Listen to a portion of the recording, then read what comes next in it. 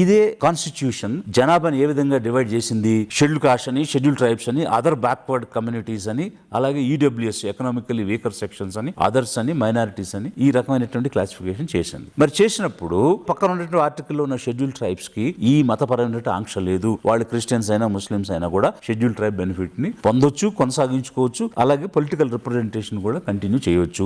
ఓబీసీలు వారికి ఈ మతపరమైన ఆంక్ష లేదు. ఈడబ్ల్యూఎస్ లో రిజర్వేషన్ దొరికేటువంటి వాళ్ళకు కూడా మతంతో సంబంధం లేకుండా ఏ మతంలో ఉన్నా కూడా వాళ్ళు పొందొచ్చు. కమ్మారెడ్డి, బ్రాహ్మిన్, రాజు వీళ్ళందరూ కూడా. మరి ఈ రకంగా కాన్స్టిట్యూషనల్ క్లాసిఫికేషన్ లో ఉన్నటువంటి ఓబీసీలకు లేదు, ఈడబ్ల్యూఎస్ కి లేదు, ఓసీలకు లేదు, ఎస్టీలకు లేదు. ఓన్లీ షెడ్యూల్ కాస్ట్ కు మాత్రమే ఎందుకు కుల వివక్ష, మత వివక్ష, డబుల్ డిస్క్రిమినేషన్ అనేటువంటిది ఉంది. ఇది మనం ఆలోచించాల్సిన విషయం, చర్చించాల్సిన విషయం. ఏమి కుట్ర దీనిలో దాగుంది?